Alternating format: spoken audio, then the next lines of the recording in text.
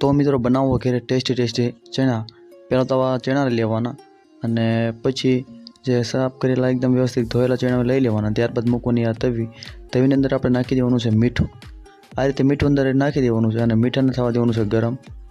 મીઠું ગરમ કરીને આપણે એને શેકવા દેવાનું છે પૂરેપૂરું, એટલે સરખું એને છે ને ચમચેથી આવી રીતના હલાવી લેવાનું જ્યાં સુધી એકદમ ગરમ ન થઈ જાય બધી સાઈડ।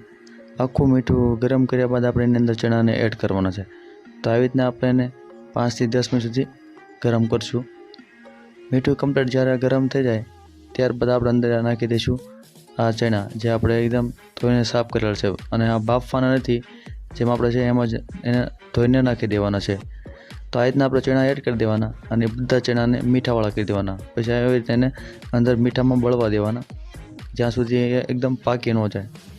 તો તમે જોઈ શકો ધીમા ચણા બંને સાઈડ એકદમ પાકી જાય છે, અને ધ્યાન રાખવાનું કે બળે ને એને બહુ કાળા ન પડી જાય ત્યાં સુધી એને પાકવા દેવાના। આવી રીતના જ્યારે ચણા પાકીને કમ્પ્લીટ થઈ જાય ત્યારબાદ આપણે એને જે આપણે પૂરી તળવાનો જે જારો છે આવી રીતે એ લઈને આવી રીતે એને કાઢી લેવાના, એટલે મીઠું નીચે આવી જશે અને ચણા રહી જશે અંદર જારામાં। તો આ થઈ ગયા આપણે શેકેલા ચણા તૈયાર।